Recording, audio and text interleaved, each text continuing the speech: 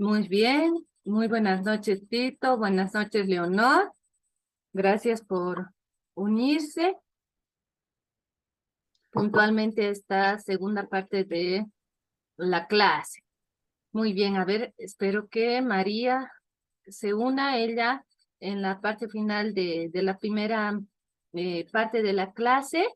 Nos contaba una experiencia, ¿no? De uno de sus estudiantes que a partir de las dificultades que ella había detectado, ¿no? Em,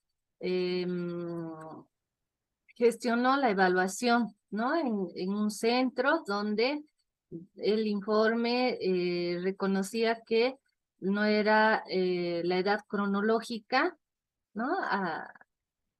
Igual a la edad mental. ¿Eso qué quiere decir? Por ejemplo, si un niño ha cumplido 8 años, esa es su edad cronológica, pero su edad mental puede ser de 6 años, por ejemplo, ¿no?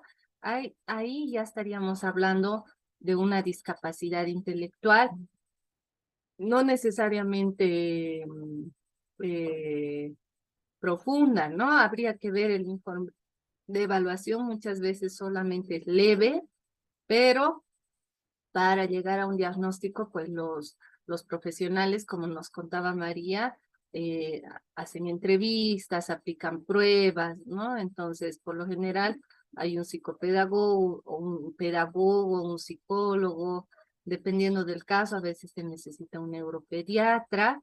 Y María, me alegra mucho que ya esté conectada, eh, se había quedado comentándonos que prácticamente ella rogaba a los papás que pudieran llevar a su estudiante al fonoaudiólogo, ¿no? Hasta ahí, María, le atendí. Por favor, si nos podría seguir contando esta su experiencia.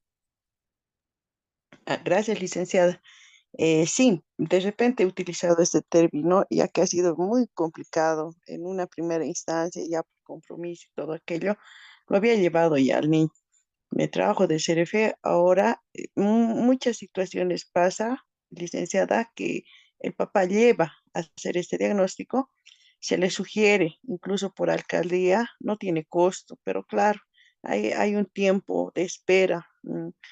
Entonces, por esta situación, los papás no logran entender que hay sesiones a las cuales tienen que acudir, no solamente es sacar el informe y bueno, lo dejo nada más. Entonces, a fonodiólogo tenía que llevar el papá y en una de esas me hago faltar y me dice el papá, usted tiene plata, usted tiene tiempo, usted llévele. No es el único caso. El del año pasado, anteaño pasado le comento, este niño es autista, en CRF salió el diagnóstico, pero este niño ya está en tercero de primaria y la mamá no acepta, no acepta. En inicial ha tenido problemas con la profesora, indicando de que no le entiende a su hijo. Primero acusado conmigo, ya pues la segunda semana había que el niño tenía actitudes que eran diferentes a los otros niños. Entonces se remitió a CRF, salió el diagnóstico, pero la mamá no acepta. Ella dice, he ido a otro centro, he ido donde un neurólogo. No es eso, solamente que mi hijito tarda en aprender. Hay muchos papás que se cierran a esta realidad de los hijos, no aceptan y dejan al profesor solo. Lamentablemente, en mi caso, nos hacemos faltar, nos hacemos tratar. Y esa situación, si bien hay defensoría para los niños, toda aquella situación, debería haber alguna instancia que apoye al profesor, no es por nada. Muchos hablan por estas situaciones, términos de discriminación, o de que se ha agarrado, o de que a mi hijo no me lo quiere enseñar. Son situaciones con las que vamos sobrellevando. De repente, al usted hablar de neurodiversidad, se me ha venido esto a la cabeza. Y también, no solamente los estudiantes, padres de familia, sabemos que somos tres los que actuamos en educación. Los docentes también. Muchos colegas dicen, esta es su forma de decir, ¿para qué nos vamos a hacer líos? Le pasaremos nomás. Dice. O algunos dicen, va a estar aprendiendo. De repente, al iniciar yo mi profesión, decía, ¿no? Mal, deberíamos impulsar, ¿cuándo vamos a hacer eso? Pero con el pasar de los años me he dado de cuenta que es nomás cierto, licenciada. A veces hay esa desmotivación, esa falta de apoyo y ya pues el profesor medio que se va acostumbrando, habituando a aquello. Pasa esa situación. Ese es el comentario que quería hacer. Neurodiversidad no solamente en estudiantes, padres de familia, también en maestros. Y los porqués. Hay una razón por qué. Muchas gracias, licenciada, por el tiempo. Gracias, colegas. No, muchas gracias a usted, María. Realmente su experiencia, ¿no? La experiencia de todos es riquísima. Esa experiencia no está en los libros, ¿no? No está en el texto. Es una experiencia que realmente a ustedes los va forjando como profesionales, como personas también. Y sí, si me permiten, mientras María nos contaba su experiencia, eh, yo sé que no es parte de nuestros contenidos, pero he aprovechado de abrir una presentación que tenía para compartir esta presentación y hacer un pequeño paréntesis a partir de la experiencia de María, ¿no? Cuando esperamos un bebé, un hijito, salvo sea, ¿no? A partir de una violación sexual, producto de una violación sexual, un bebé por lo general es esperado, ¿no? Nosotros como padres tenemos expectativas, eh, a veces hasta la familia, ¿no? La familia ampliada, todos esperan al hijo o a la hija, de qué sé yo, del sobrino, de la nieta. Entonces hay una expectativa. Cuando nosotros esperamos un bebé, no decimos, pues, ay, ojalá mi hijito tenga autismo. O qué lindo sería que mi hija tenga un TDAH, ¿no? Un trastorno de atención con hiperactividad. O que tenga dislexia. Las expectativas siempre están orientadas en general a que sea sanito. Ese es el deseo que nos dan, ¿no? Que nazca sanito. Ese es uno de los deseos. A veces ni siquiera se tiene la expectativa de que sea varón o mujer, aunque algunos papás sí, ¿no ve? Y tienen a veces puro varoncitos y siguen teniendo hijitos hasta que llegue la mujercita o viceversa. Pero más allá del sexo, en general, todos esperan que un nuevo ser venga a este mundo sin problemas de salud, ¿no? Entonces, las expectativas y los que somos padres me pueden ayudar a confirmar esto. No esperamos pues que nuestro hijo tenga autismo o una discapacidad o, ¿no? Entonces, cuando se da el diagnóstico, ¿no? De que tiene dislexia, discalculia, o tal vez ni siquiera una discapacidad, tal vez un talento extraordinario, ¿no? Que tampoco estamos preparados como sociedad muchas veces. Entonces, existe un proceso de duelo, ¿no? Un proceso de duelo en el sentido de que se rompen ahí nuestras expectativas. Cada familia vive un proceso de duelo diferente, ¿no? En general, teóricamente, el proceso de duelo va a estar formado por etapas, ¿no? Una etapa de confusión, de negación, una tercera de tristeza, otra de aceptación y una de reorganización y reafirmación. Aquí ya cuando la familia acepta el diagnóstico, ¿no? Y ya ve sus prioridades, si tiene otros hijos, reconoce que el hijo que tiene el diagnóstico necesita apoyo, pero no se olvida de sus otros hijos. Si un papá tiene que dejar de trabajar para que el otro padre atienda 24 horas, por lo general es la mamá a su hijo, lo hacen, toman decisiones, ¿no? Pero como decía María, en el caso de su estudiante que contó, la mamá no aceptaba, no estaba todavía en un proceso de negación. No, ya va a aprender o no tiene, ¿no? Y cuando ustedes como maestros están con los papás, ¿no? Así como María nos contaba el caso de que hay papás que no colaboran y más bien los agreden porque María ha sufrido una agresión, ¿no es cierto? Ha sufrido un tipo de violencia.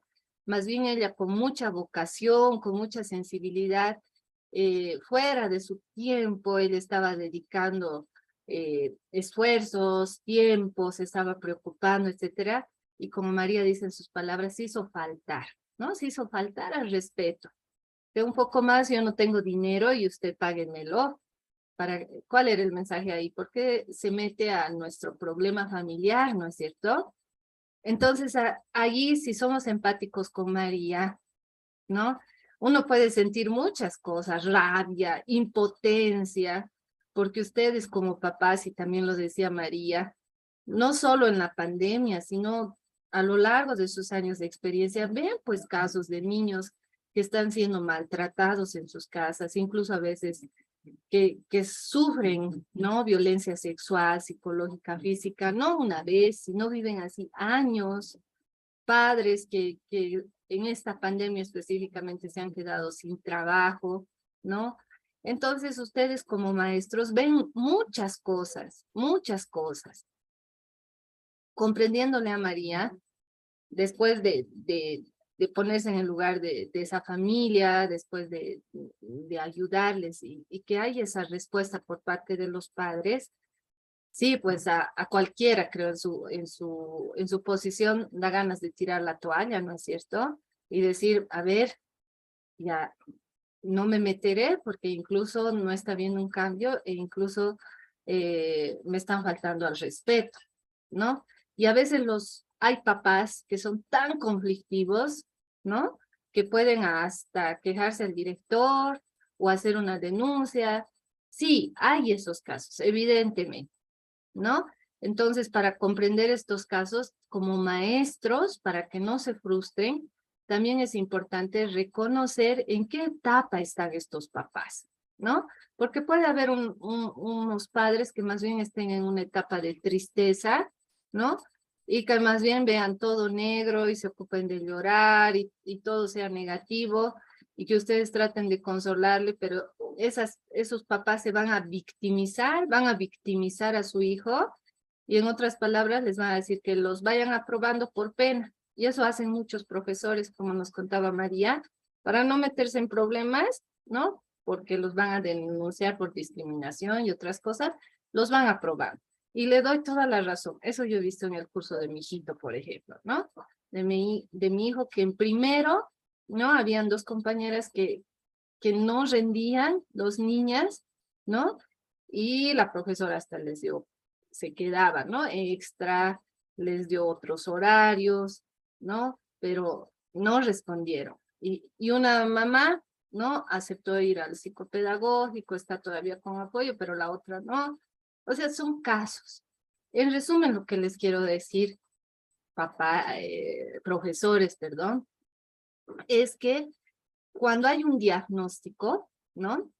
Y ustedes como papás entienden, no es fácil para un papá que le digan tu hijo es autista o tu hijo tiene discapacidad intelectual o tu hijo es hiperactivo y a veces los médicos, porque a veces son médicos los que dan el diagnóstico, son muy torpes, ¿no? Y ni siquiera solo les dan el diagnóstico, les dan un pronóstico y les dicen, tu hijito no va a poder estudiar, deberías, no sé, hasta básico nomás que estudie, ¿no? O hasta primaria. O ni modo, pues, ya es tu hijo así nomás, como sea, lo tienes que aceptar. Entonces, mucho hace cómo les dan el diagnóstico, mucho hace cómo era la relación de pareja antes del diagnóstico, cuál es el apoyo que tienen de la familia, cuáles son también los recursos económicos, ¿no? Aunque, y esto yo les hablo por experiencia, mi sobrino tiene parálisis cerebral infantil, así como hay familias de escasos recursos, muy bajos recursos, ¿no? Cuando mi hermana le llevaba fisioterapia, cómo las mamás les cargaban, por ejemplo, en su aguayo, ¿no? Yo hasta hace 2 años viví en La Paz, toda mi vida he vivido en La Paz, por eso he dado clases también en la UPEA y, y conozco muchas realidades, ¿no? Y hace 2 años vivimos acá en Sucre. Pero cuando mi hermana le llevaba, por ejemplo, a fisioterapia a un inicio, ahí veíamos, ¿no? Cómo había mamás que en su aguayo les llevaban a sus hijos a su fisioterapia y con qué amor los trataban, ¿no? Después por cosas de horarios, porque no coincidía con los horarios de trabajo de mi hermana, lo llevó a una fisioterapeuta particular. Entonces ahí también vi otro lado, ¿no? Ahí las niñeras, las empleadas, en muchos casos llevaban al niño, ¿no? con discapacidad física que le hagan fisioterapia. Y muchas mamás con recursos económicos altos también les pueden dar todos los servicios a sus hijos y se desentienden también, ¿no? De sus hijos. O sea, es como una negligencia a nivel afectivo. Entonces, eso es importante, que no generalicemos, digamos, o pensemos que todos los papás con recursos económicos bajos no se van a ocupar, más bien hay muchos que se ocupan, ¿no? Y a veces papás con recursos económicos altos les dan todo lo material y no lo afectivo, y en otros casos les dan lo afectivo también, ¿no? Entonces es muy complejo esto del diagnóstico. No todos los papás viven lo mismo, no es lo mismo, y eso recién se inauguró hace un mes más o menos un centro de educación especial de síndrome de Down aquí en Sucre. Con mis estudiantes de la Univalle recién terminamos de hacer una práctica, y el director nos contaba que el común denominador de los niños y niñas que están en el centro, ¿no? No todos, pero en la mayoría de los casos es que hay una sobreprotección de parte de los papás, ¿no? Y esa sobreprotección pues les perjudica a no lograr su independencia. Entonces, incluso eso, ¿no? A veces como maestros ustedes pueden ver que el estudiante puede lograr muchas cosas, pero es el papá que no está resolviendo el proceso de duelo, la mamá, ¿no? Y lo llega a victimizar, a sobreproteger, y eso también hace daño. Entonces es algo complejo, ¿no? Y es importante que como maestros, y con esto termino, no se frustren, no se frustren. Así como va a haber papás que les van a agradecer, que, que para toda la vida ustedes van a ser alguien muy importante, y sus estudiantes, aunque sean adultos y jóvenes, los van a buscar y hasta les van a llamar, y cuando los vean en la calle los van a abrazar porque han sido fundamentales en su vida. Siempre va a haber ese cariño. Va a haber otros papás que no van a ser agradecidos. Y al contrario, como a María, hasta les va a faltar el respeto. Es importante que ustedes no se frustren, ¿no? Que esas situaciones no hagan que se vuelvan maestros fríos, porque sí se puede volver maestros fríos con estas experiencias, como los médicos, ¿no es cierto? Que ya un poco más y les resbala a algunos médicos el dolor y ya tiene, porque sí, ¿no?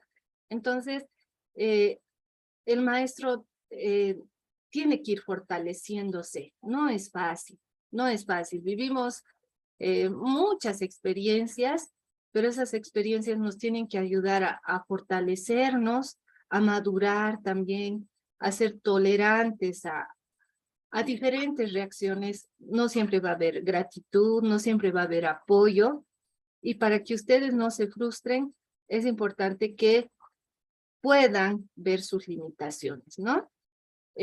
No van a poder transformar la realidad de uno de sus estudiantes como ustedes quisieran sin el apoyo de la familia. La familia es fundamental.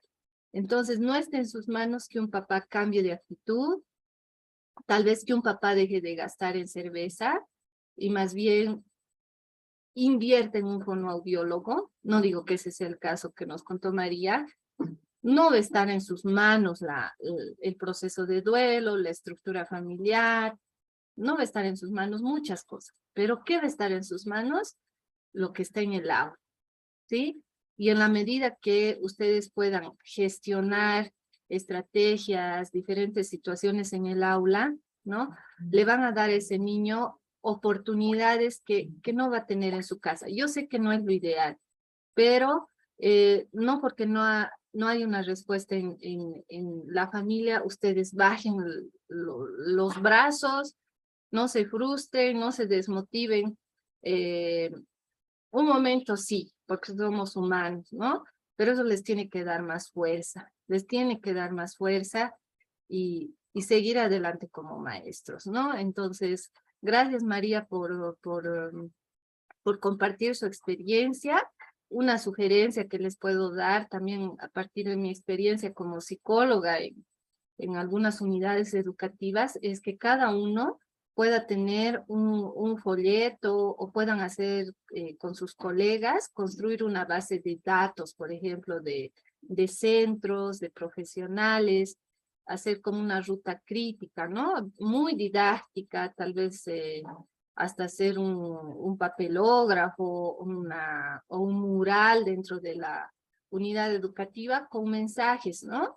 Con mensajes de que si alguien tiene mi hijo es diverso, ir utilizando ese término.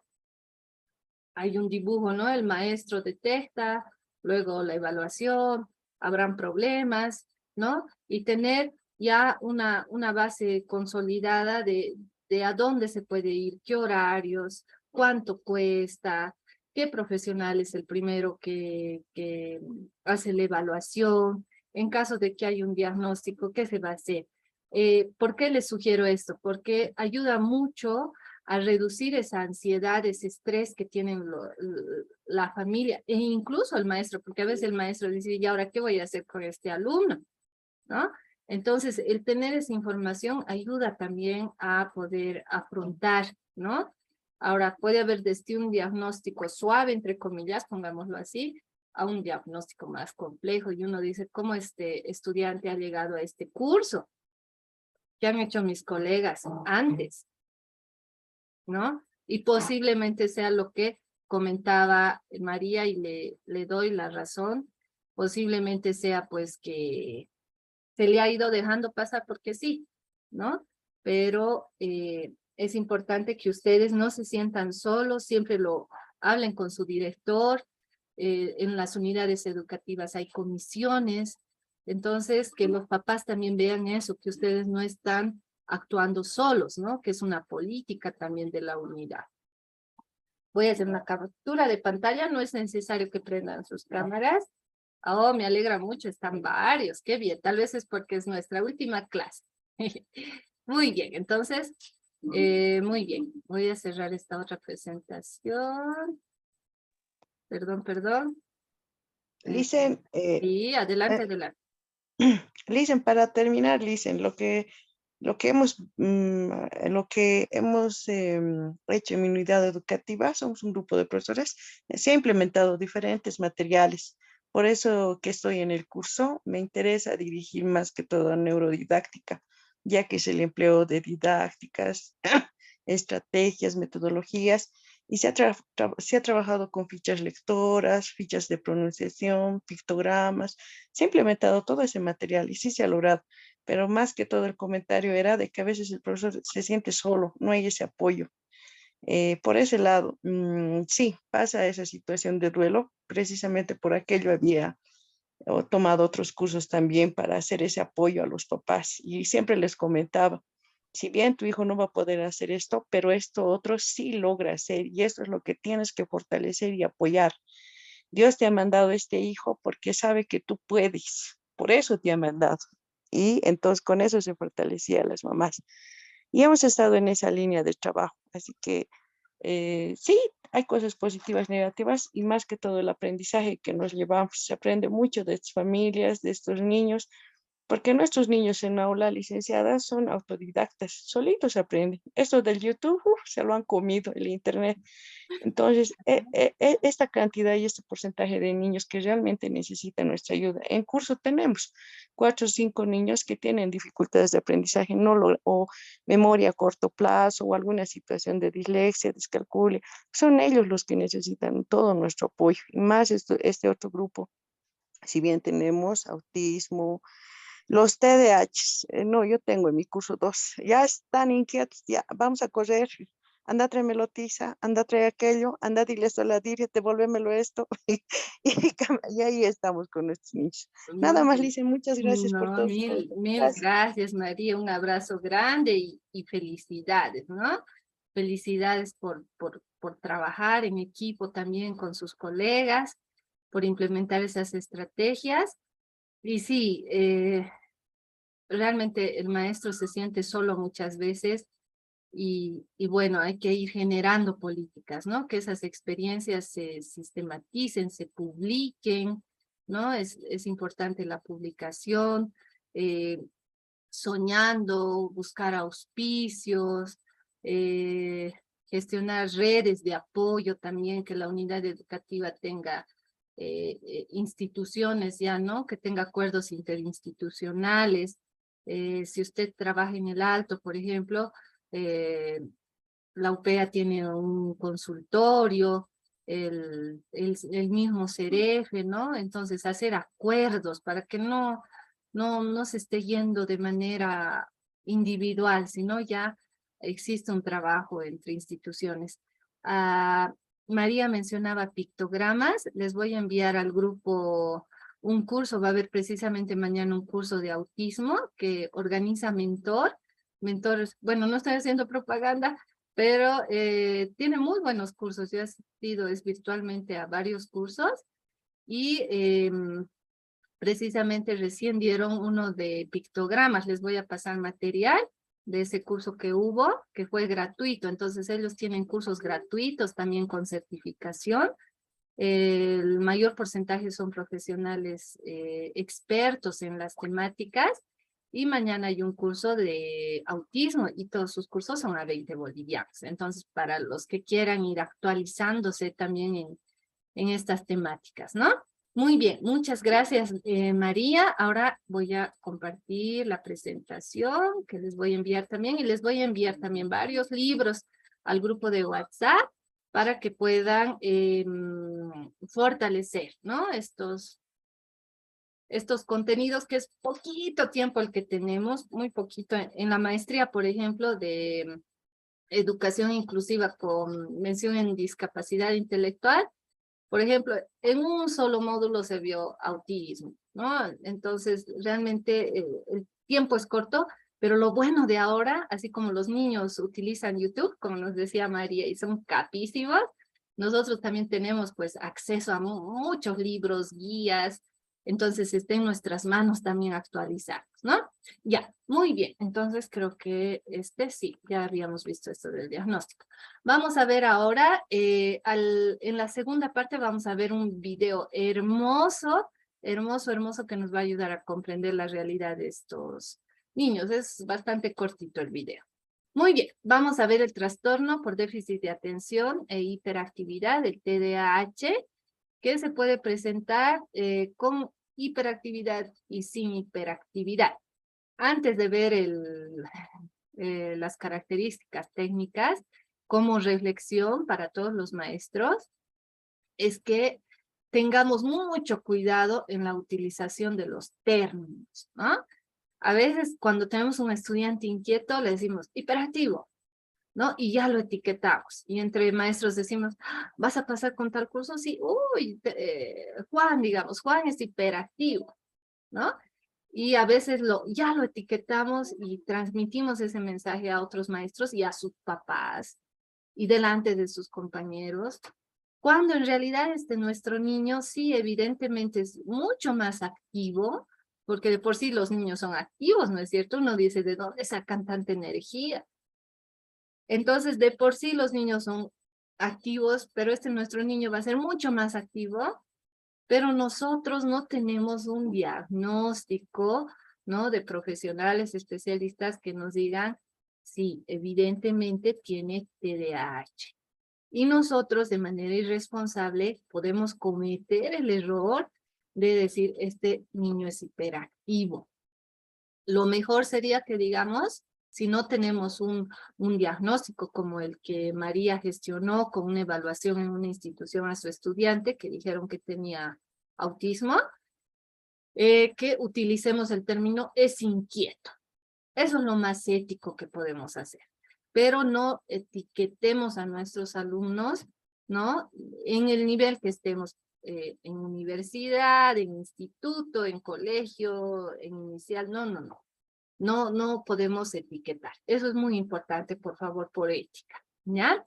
Muy bien, ¿qué es el trastorno por déficit de atención e hiperactividad, TDAH? Es un trastorno de neurodesarrollo que involucra disminución en los grados de atención, aumento en la actividad motora, de ahí se reconoce la hiperactividad, e impulsividad, ¿no? Para hacer un diagnóstico se toman en cuenta estos tres elementos, sus niveles de atención y ojo, cualquier estudiante puede estar atento, no siempre los que tienen TDAH.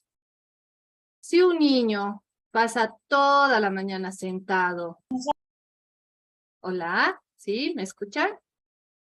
Sí, creo que no hay problema. Ya. Entonces, si un niño pasa 4 horas sentado, porque las clases son las tradicionales y el maestro bla, bla, bla, bla, bla, bla, bla, o el mismo estudiante, o ustedes como adultos, ¿no? Yo les apuesto que después de 15 minutos ya va bajando su atención, ¿no? En estas clases sincrónicas, sin ir más lejos. Entonces, el estudiante que no tiene esta dificultad también va a tener problemas de atención en la medida que el maestro no sepa captar su atención, ¿no? Ustedes en el segundo módulo han visto qué partes del cerebro están involucradas en la atención, estrategias para llamar la atención, etcétera. Entonces, es importante que no etiquetemos una vez más a un estudiante porque vemos que se distrae. Primero tenemos que hacer también un análisis de cómo damos las clases, cómo son nuestras clases, ¿no? Entonces, es una reflexión también para nosotros como docentes. Muy bien, ahora vamos a ver algunas características. Aquí, si se dan cuenta, cómo estaba la carita del niño. Oscar, buenas noches. Vamos a ver si Oscar está atento o está viendo el reprise del partido entre México y Argentina. Oscar, buenas noches. ¿Está atento?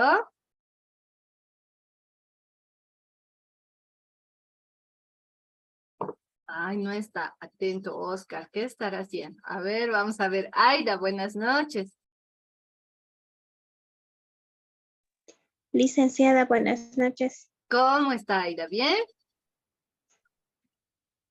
Sí, licenciada, estoy atendiendo. Muy bien, sí, no como Oscar, ¿no? ¿Qué estará haciendo Oscar? Ya, Aida, muy bien. ¿En qué lugar de Bolivia está usted? Licenciada, yo estoy en el Alto, Ah, en el Alto pero también está haciendo frío. sí, pero trabajo por Patacamaya. ¡Guay, qué valiente! ¿Cuánto tiempo es del Alto a Patacamaya? 1 hora y 15 minutos. Ah, es como, yo le cuento, cuando vivía en La Paz, vivía en Pampajasi, y cuando no había teleféricos de Pampajasi a la UPEA, que trabajaba ahí, era 1 hora y cuarto. Ah, entonces no es tan lejos.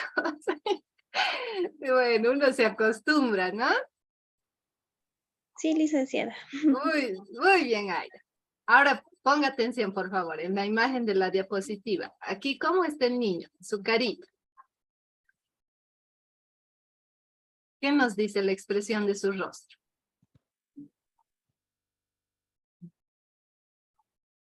Aida. Ah, Lice, a ver, yo diría que está contento, De eso, no ¿no? está feliz, tampoco no está triste, o sea, está tranquilo. Está tranquilo, ¿no? Y su carita, su boquita, perdón, sus labios denotan algo de alegría, ¿no? Un gesto ahí. Muy bien. Y ahora, ¿qué podemos decir? Bueno, con este emoticón, ¿cómo estará este niño? Demuestra tristeza.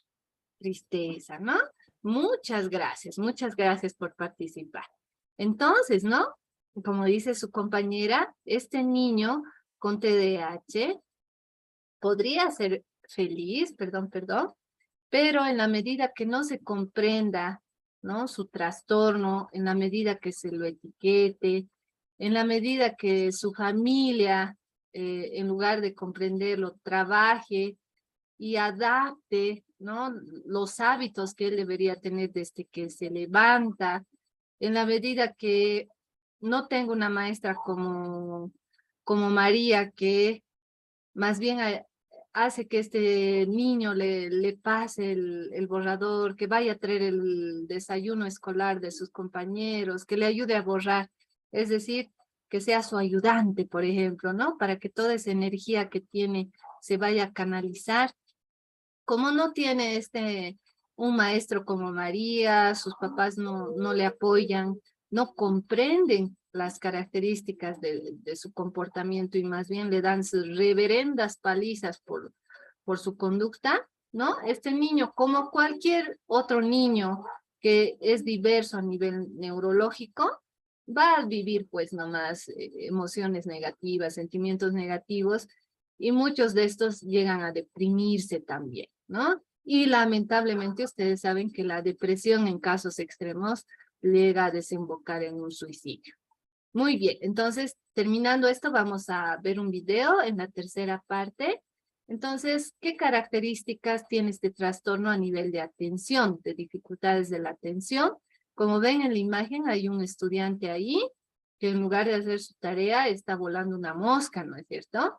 Entonces, esto realmente grafica que un estudiante al estar haciendo su tarea o en la casa o en la escuela, se puede distraer porque sus compañeros están hablando, porque alguien está hablando fuera del curso, porque hay una manchita en su mesa, porque huele una mosca, porque hay una pelusa en su ropa o un hilo está saliendo de su ropa, ¿no? O sea, va a haber elementos que van a hacer que este niño no sostenga su atención en una determinada tarea. Esa es una dificultad de atención muy característica en estos niños, ¿no? Dificultades para mantener la atención en tareas, no solamente en el hogar, sino también obviamente en el contexto educativo. Por ejemplo, aquí, si hablan con las mamás, les pueden decir, sí, estaba almorzando, ¿no? Pero se ha parado para ir al baño. Ya, todos nos podemos parar. Ha vuelto a almorzar y se ha parado para ir a ver su juguete. Nuevamente ha vuelto a almorzar, ¿no? Y se ha parado esta vez para ver por qué estaba ladrando su perro.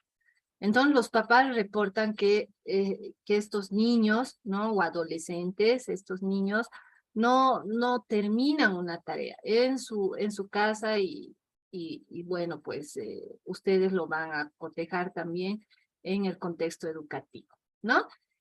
No siguen instrucciones y no finalizan las tareas. Estos niños tienen dificultades para terminar sus tareas. No es porque no entiendan o no es porque tengan discapacidad intelectual, aunque puede haber también eh, diagnósticos, ¿no? En donde se presente TDAH con alguna discapacidad, puede haber.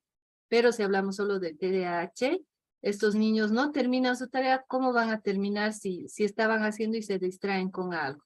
Para una copia, por ejemplo, ¿no? Estaban en la segunda palabra de una oración y como se distraen con algo, pierden el tiempo buscando dónde se han quedado, ¿no? Y para terminar de copiar esa línea ya se están retrasando. Entonces, es muy común que no terminen sus tareas y en los cuadernos de las diferentes asignaturas diga incompleto, incompleto, no terminó. Pueden seguir instrucciones, sí, pero va a depender también de la claridad, ¿no? Del tipo de instrucciones. Parecen no escuchar en el sentido de que tanto en la escuela como en la casa a veces están con su mirada perdida, ¿no? Uno dice, ¿y qué estará pensando? O están viendo el pizarrón fijo, pero es como si estuvieran en otro mundo, ¿no? ¿Eso qué quiere decir? Que estos niños pues están recordando algún dibujo animado, alguna situación que han vivido, pero no están escuchando realmente y poniendo atención a la explicación de la maestra. A menudo pierden objetos necesarios para las tareas, como sus útiles escolares, aunque todos sus colorcitos tengan su nombre, ¿no? Entonces, en lugar de guardar, se ponen a charlar o están jugando, ¿no? Y ya se olvidaron. Y los papás también reportan, ¿no? Que continuamente pierden sus materiales. Entonces,